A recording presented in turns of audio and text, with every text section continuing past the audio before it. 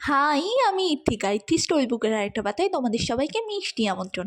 আজ আমার বান্ধবীর বাড়িতে আমার নিমন্ত্রণ ছিল, আর গিয়েই তো প্রথমে আমি আর প্রতীক ঘুরতে চলে গিয়েছি। না না আছে আছে আগে আছে আছে আছে বাবা এই এরকম ভুলটা আর আমরা এত এক্সাইটেড কারণ আমরা স্কুলের বেলায় যেই ঘুগনি কাকুর কাছ থেকে ঘুগনি খেতাম, সেই ঘুগনি কাকুর কাছ থেকে ঘুগনি খেতে এসেছি। আর কাকু আমাদের দুইজনকে একসাথে পেয়ে তো প্রচণ্ড খুশি হয়েছে।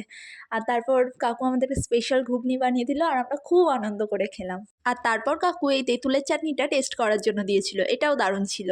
এখন তো আমাদের সেরকম একটা দেখা হয় না, কিন্তু স্কুল লাইফের প্রায় প্রত্যেকটা দিন আমি ওদের বাড়িতেই বেশি টাইম কাটাতাম। এমন কোনো দিন ছিল না যেদিন আমাদের দেখা হতো না। আর স্কুল লাইফের সেসব পুরনো স্মৃতি মনে করতে করতে আমরা বাড়ি চলে আসলাম। আর এটা শিরো।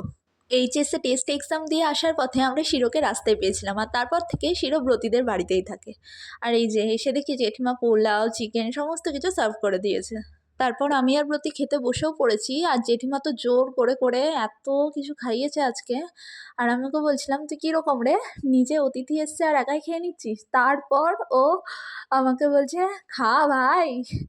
আর পরে একটু ইয়ার্কি মেরে খাইয়েও দিল আমাকে। আর সত্যি কথা বলতে 2022 সালের পর এই প্রথম আমরা এতটা টাইম একসাথে স্পেন্ড করলাম, ঘুরতে গেলাম, এভাবে একসাথে খেতে বসলাম। স্কুল লাইফের দিনগুলো তো আর কখনো ফিরে আসবে না, বাট আমাদের বন্ধুত্বটা এভাবেই রয়ে যাবে সারা জীবন।